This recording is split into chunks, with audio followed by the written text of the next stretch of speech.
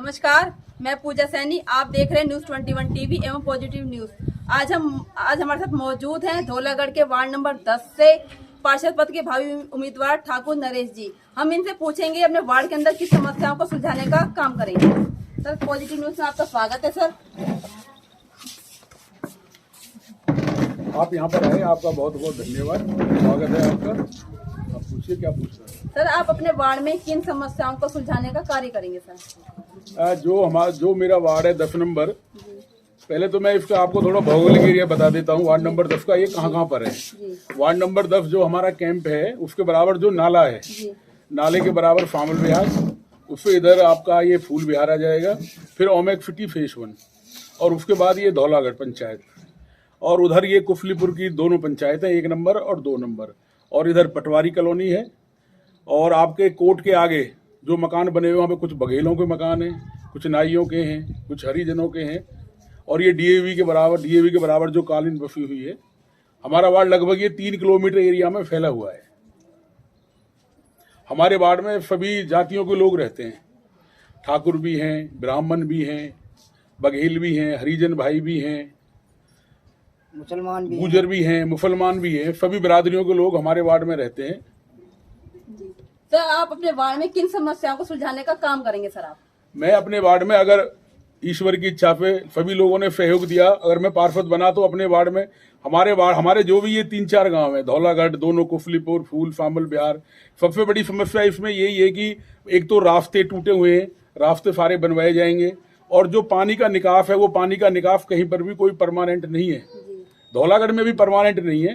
नालियां टूटी पड़ी हैं, सारी नालियां दोबारा से बनेंगी। सारे वार्ड के अंदर नालियों का ढलान पोखर की तरफ किया जाएगा, जिससे सड़कों पर पानी ना भरे और पानी पोखर में पहुंचे लोगों को असुविधा का सामना ना करने पड़े। सर, हम बात करें आपके वार्ड में सफाई की, उसके लिए क्या कदम उठाओगे? सर, आप वार्ड की सफाई के लिए फिलहाल कमेटी की भी गाड़ी आती है, पर हमारा वार्ड इतना बड़ा है सफाई के लिए, क्योंकि सफाई के लिए कमेटी से भी हमें 3-4 आदमी मिले हुए हैं, जो धौलागढ़ गांव में तो कभी कभी आते हैं, अपने कुफलीपुर में वो ज़्यादातर रहते हैं। मेरे पार्षद बनने के बाद में ये है कि भाई मेरे 3 गांव हैं, अगर हमें कमेटी से 3 वो मिलते हैं सफाई कर्मचारी, तो तीनों गांवों के लिए एक आदमी की ड्यूटी लग जाएगी डेली, जिससे सफाई व्यवस्था कंटिन्यू चलती रहे, नालियों की सफाई होती रहे, पानी ना रुके, पानी साफ चलता रहे, लोगों को कोई परेशानी ना हो। सर, हम बात करें महिलाओं की सुरक्षा के लिए क्या कदम उठाओगे सर अपने वार्ड के अंदर?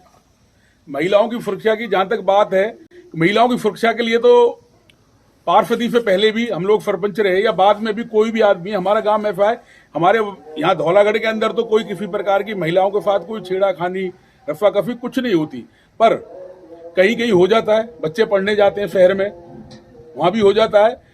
हम महिलाओं के लिए तो मेन बात यह है कि हम लोग खुद सजग हैं कि कोई उनसे कुछ बदतमीजी ना कर सके। और अपने वार्ड के अंदर ये है, हमारा कैंप थाना बरेपुर पास में ही है, किसी को भी कोई परेशानी हो तुरंत फोन करें। 112 नंबर मुख्यमंत्री जी ने जो पुलिस सेवा लाइन चलाई है, उसमें भी उस फोन करने के बाद 10 मिनट के अंदर जिप्सी आ जाती है। मैंने खुद देखा है, कोई बात होती है गांव में, आप फोन कीजिए, तुरंत पुलिस आएगी कहीं पे भी। और महिला सुरक्षा के लिए सबसे बड़ी बात यह है कि हमारे गांव के जितने भी आदमी हैं, वो सभी इस चीज के लिए जागरूक रहते हैं, कोई महिलाओं के साथ किसी प्रकार की भी कोई परेशानी ना हो। मेरे से ही नहीं, हर आदमी, धौलागढ़ का तो कम से कम, धौलागढ़ में 3-3.5 हजार की आबादी है, तो सभी मतलब भाईचारे से, प्रेम से रहते हैं। यहाँ ऐसा कुछ है नहीं। और सभी मतलब कोई अगर रोड पे भी कोई लड़की जा रही है, कोई उससे कुछ बदतमीजी करता है, अगर गांव के वहां पे खड़े हैं, तो तुरंत उसके खिलाफ कार्रवाई की जाती है। सर, हम बात करें आपके वार्ड में गरीब परिवार की बुढ़ापा पेंशन के लिए क्या सुविधा प्रदान करोगे सर उनके लिए? ऐसा है, 10 नंबर वार्ड में पहले काफी, जो हमारा धौलागढ़ गांव है, जब हमारी माताजी सरपंच थी 2005 से लेके 2010 तक, तो उस टाइम पे रहने के लिए जिन लोगों के पास जगह नहीं थी, तो सरकार की स्कीम थी कि प्लॉट दिए जाएं, तो 110-12 प्लॉट हम लोगों ने गरीब लोगों के लिए दिए, जो आज वहां पे मकान बना के रह रहे हैं। उस टाइम पे ये धौलागढ़ के साथ काफीपुर पंचायत थी, इधर फूल विहार और फामल विहार के लोग भी आते थे, तो वहां तक भी प्लॉट दिए गए सभी को। और बीपीएल कार्ड 238 बीपीएल कार्ड बनवाए गए थे उस टाइम पे, जो गरीब लोग थे। धौलागढ़, काफीपुर और वो फूल विहार में 238 बीपीएल कार्ड बनवाए गए थे। अब मैं जैसे कुफलीपुर में भी जा रहा हूँ, लोग बाग मिलते हैं, वो कहते हैं भाई हमारे पास बीपीएल कार्ड नहीं है या प्लॉट नहीं है। तो मैं उनसे यही कहे भाई अगर सरकार स्कीम लाती है बीपीएल कार्ड की, प्लॉट्स की, वो हर स्कीम आप तक पहुंचाई जाएगी। जिन लोगों को जरूरत है उनके पीले कार्ड भी बनवाए जाएंगे। जिन लोगों पर रहने की जगह नहीं है उनके लिए, मकानों के लिए सरकार जब भी स्कीम लाती है कमेटी के अंदर, वैसे उसके तहत कार्य किया जाएगा। मतलब कुल मिला के ये है कि सरकार कोई स्कीम लाएगी वो धरातल पर उतारी जाएगी। जी सर, वार्ड नंबर 10 में कुल कितनी वोट है सर? वार्ड नंबर 10 में कुल 3,900 वोट हैं। जी सर, हम बात करें महिलाओं के रोजगार के लिए क्या सुविधा प्रदान करोगे उनके लिए? महिलाओं के रोजगार के लिए है ये है, अभी तक तो हमारे गांव में ऐसी कोई, वार्ड नंबर 10 में कोई सुविधा है नहीं, पर बनने के बाद मैं कोशिश करूंगा महिलाओं के लिए सिलाई सेंटर खुल जाए।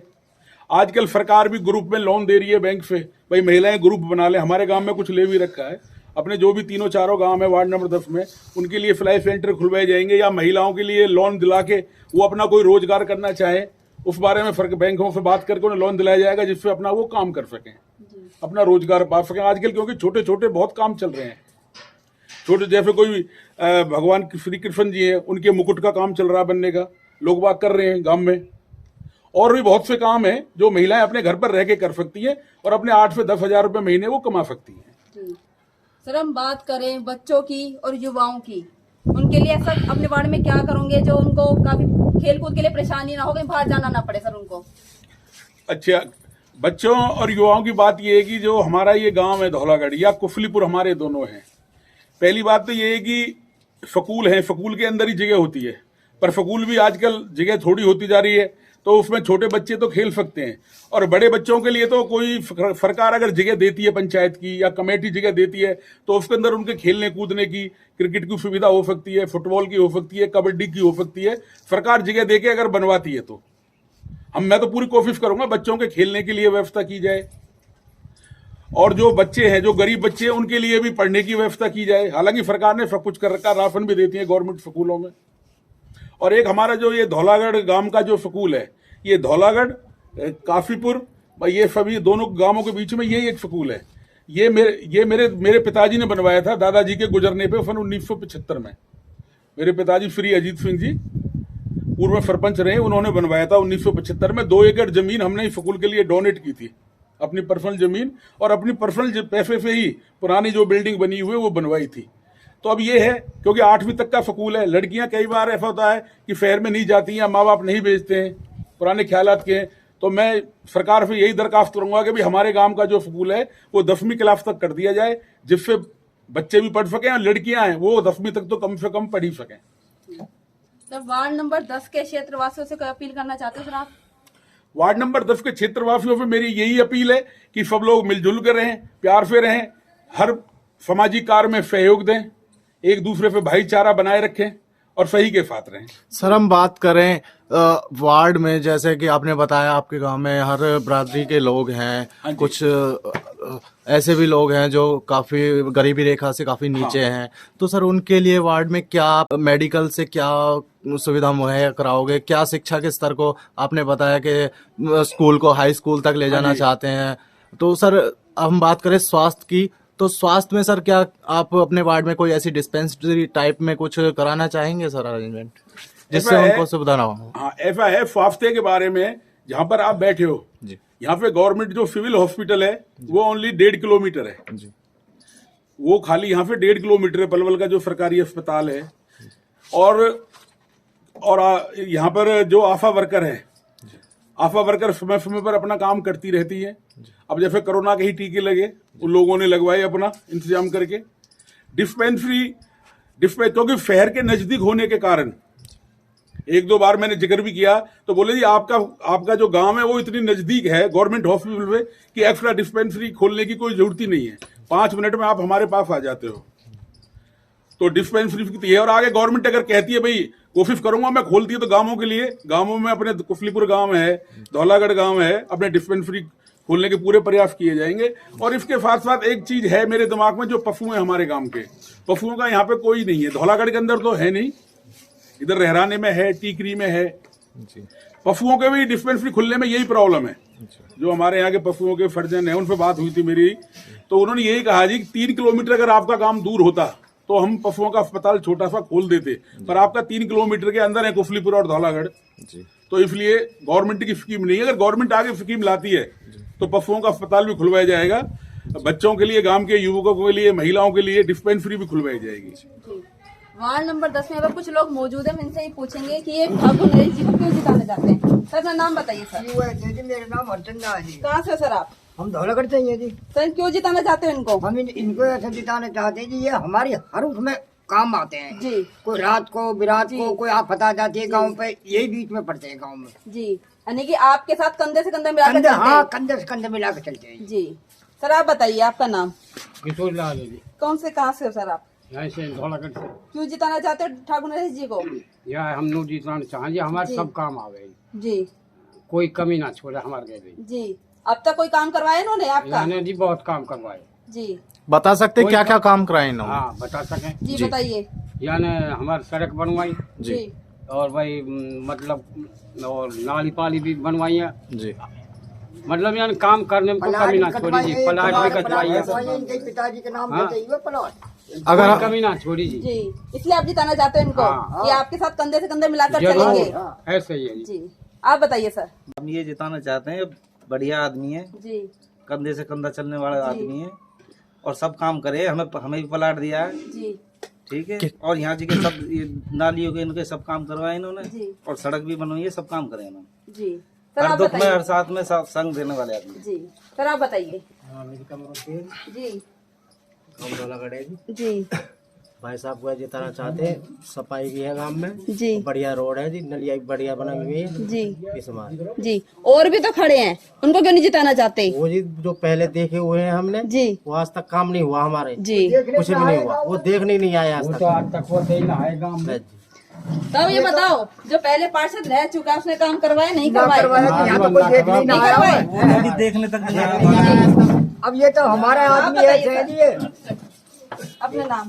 मेरा नाम नरेंद्र पाल सिंह है जी, कहाँ से हो सर आप? मैं धौलागढ़ से हूँ जी। सर ठाकुर नरेश जी वार्ड नंबर 10 से खड़े हो रहे हैं सर। हाँ जी। क्यों जिताना चाहते हो सर इनको? ये इस लायक है जी, समझदार है, पढ़े लिखे हैं, थाना तहसील सभी सब गांव के मसलों को निपटाते हैं जी। इन्होंने सड़क बनवाई है, नलिया बनवाई है, बीपीएल कार्ड बनवाए हैं, प्लाट बनवाए हैं। सर पहले पार्षद के कार्यकाल को किस नजर से देखते हो सर आप? पहले जो पार्षद था जी उसने कोई काम नहीं कराया, कोई विकास नहीं कराया, उन्हें यहाँ पे आता नहीं है, जाता नहीं है। जो सफाई कर्मचारी जो यहाँ के लिए बोलते लाने के लिए, उनसे उसने बोल रखा है धौलागढ़ तुम्हें जाने की जरूरत नहीं है। वो तो जीत के सर और भी उम्मीदवार खड़े हैं, यही बेहतर क्यों है? और भी उम्मीदवार क्या है खूबी जी, इनके अंदर ऐसी? इनके अंदर खूबी है जी, खासियत है कि जो हमारे यहाँ जो फिलहाल यही खड़े हुए हैं धौलागढ़ के अंदर, एक भैरवला के हैं महेंद्र सिंह फागना, वो हमारे गांव के नहीं है, बाहर गांव के। हम अपने ही गांव के बंदे को वोट देंगे, ये हमारे लिए सुख दुख में साथ रहते हैं। आप बताइए सर। जी आपका स्वागत है। जी।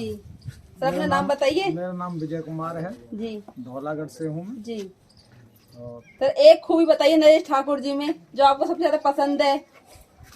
सबसे बड़ी खूबियाँ इनकी गिनाएं तो वो तो पूरी नहीं होंगी। एक दो ही गिना दीजिए सर। हाँ, एक दो खूबियाँ ऐसी हैं, अगर जी। कोई हारी बीमारी किसी का हो जाए, रात बिरात दुख तकलीफ, अपनी गाड़ी लेके निजी वाहन से भी चाहे कहीं भी जाना पड़े, साथ जाएंगे। थाने तहसील का कोई भी किसी तरह का काम हो, उसके लिए भी ये तैयार रहते हैं, हर किसी के लिए। गांव में छोटा मोटा विवाद हो जाता है, उसे अपने यहीं पे बिठा करके सुलझा देते हैं। थाने में जो है उसका राजीनामा करके एप्लीकेशन दियाते हैं, तो ये हमारी कोई भी जो है मुकदमा दर्ज नहीं होता। ये सबसे बड़ी खूबी है।